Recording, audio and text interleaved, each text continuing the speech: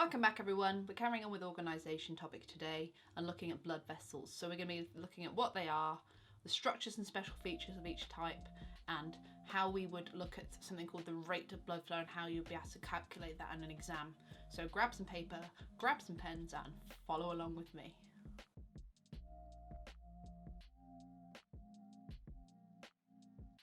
There are three main types of blood vessels that you need to know about and exist. They are firstly the arteries, your veins, and your capillaries.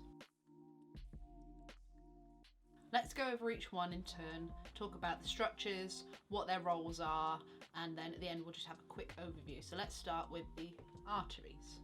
Now arteries are your largest blood vessels. When we draw them, you usually draw them front on as if you'd sliced the blood vessel and sort of looking from the end. Think of them like those strawberry lace or strawberry pencil sweets. If you were to snip that in half, it would look the same all the way through and it would look very much like an artery actually.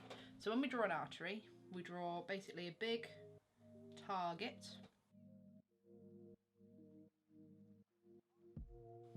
This target represents the main layers of an artery, so we can break it up. The first layer is on the outside, that is the epithelial layer.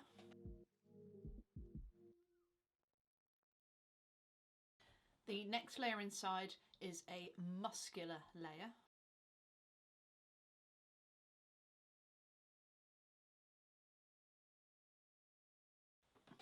Now this layer is really important in the functioning of the arteries. The arteries, as we remember when we looked at the heart, carry blood away from the heart. So any vessels that are going from the heart to either the lungs or various parts of the bodies are classed as arteries. Arteries actually have a really thick muscle layer so they can pump. So when you take your pulse on your wrist or you feel the pulse in your neck, you are feeling your heartbeat's rhythm, but you're actually feeling this squeeze, a little squeeze of those blood vessels that are helping move that blood through your body.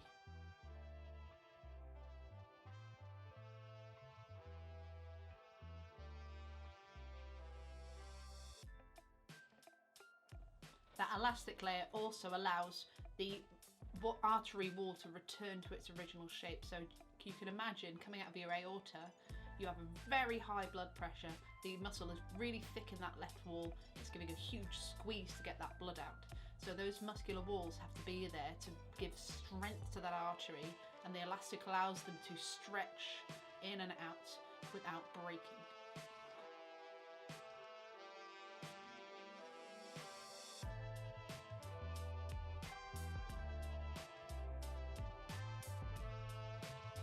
The space in the middle of the artery and in all blood vessels is something called the lumen.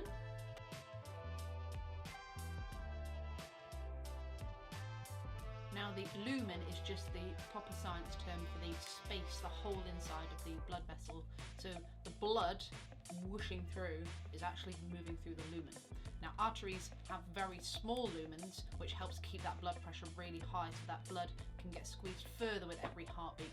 Because remember, that blood in the arteries is going everywhere from the very tippity top of your head all the way down to your toes.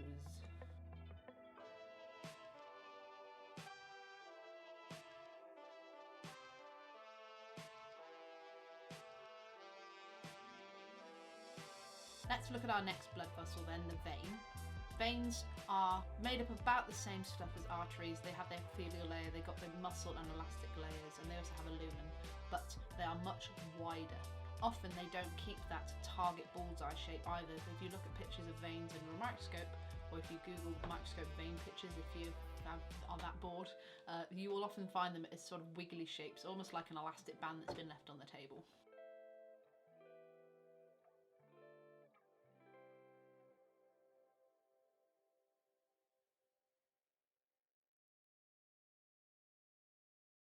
Veins also have a unique feature that's found only in them. They have valves in them.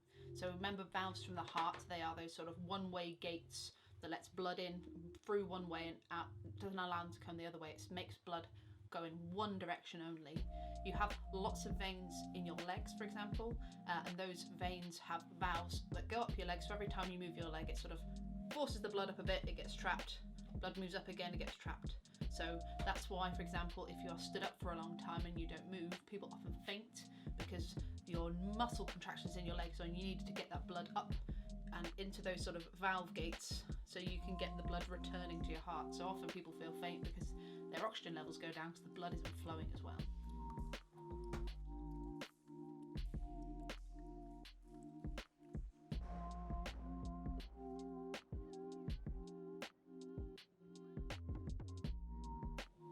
So on this diagram, this is what we call a longitudinal section. So that's if you got your strawberry pencil sweet and you cut it this way, you'd end up looking at a long tube of white with little bits of red on either side. So this is a side view.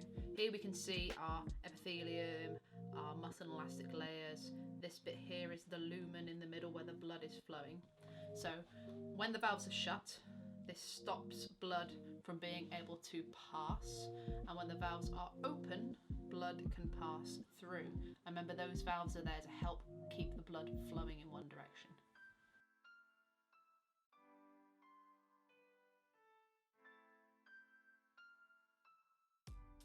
Often in exams you'll be asked to compare the structures between the blood vessels, and a good comparison can be made between the veins and the arteries. Whereas the lumen in the artery is very small to maintain pressure, the lumens in the veins are very large because they want to make the blood pressure and make the blood flow a little bit slower, because veins, remember, are taking blood from the body back to the heart so it can get to the lungs, and lots of products, or those waste products, need to have time to get into that blood, and it needs to go a lot slower. So that's why the veins are thinner, because they don't need those thick walls.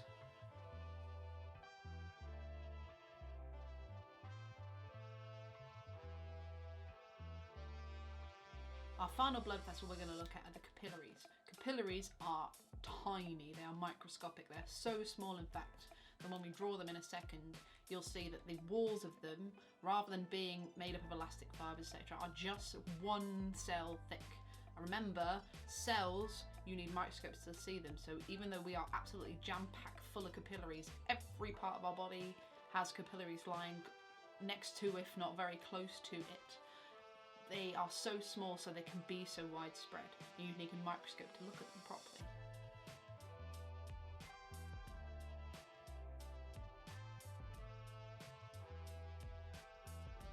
So here again we've got the epithelium, but the epithelium is made of one cell only.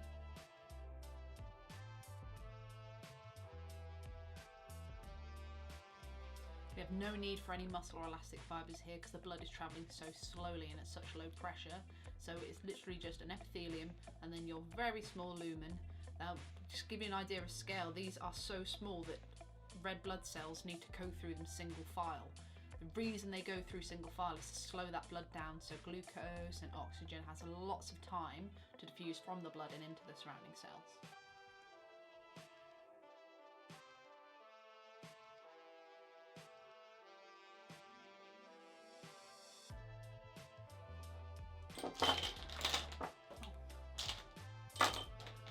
Such a klutz. Oh. It's a wonder I'm alive.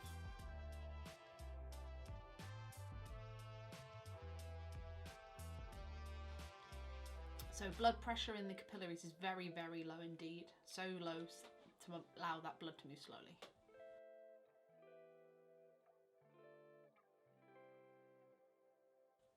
Because they are so thin as well, that allows diffusion to happen really rapidly.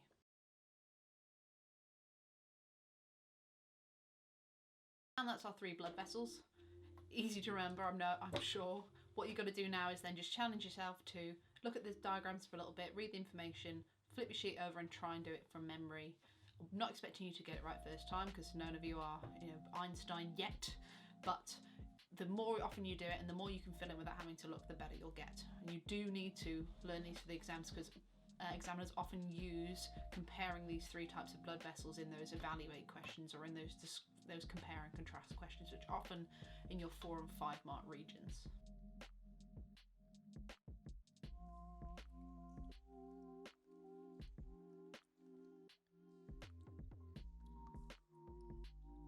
Final thing we're going to look at today is a little bit of a calculation, so get those calculators at the ready. I know you're very excited for some maths. We need to look at how we can work out how much blood moves through blood vessels at any given time. It sounds scary and complicated, but it's really not. All you need to know are two main things.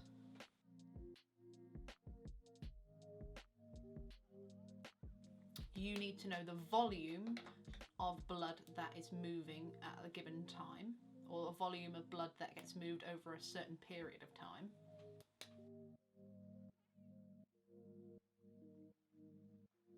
And then you also need to know the amount of time that's passed. So how much blood is moved per minute usually.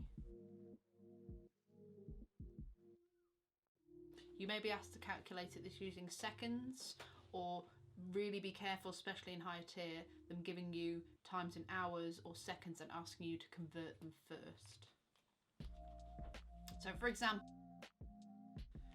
if we knew that there was 1,300 millilitres of blood that passed through an artery every 4 minutes, that would give us 325 millilitres per minute. So this calculation is just what you need to go away and learn and be ready to use in an exam. That's us done for today. Make sure that you go over your notes one more time, get those thoroughly filed away, ready for when we get back, and check on the Google Classroom for the quiz that I'd like you to have a go at filling out. I'll see you very soon. Have a good weekend, day, whatever time you're watching this at, and make sure you check on the Google Classroom for the quiz, and I will see you very soon.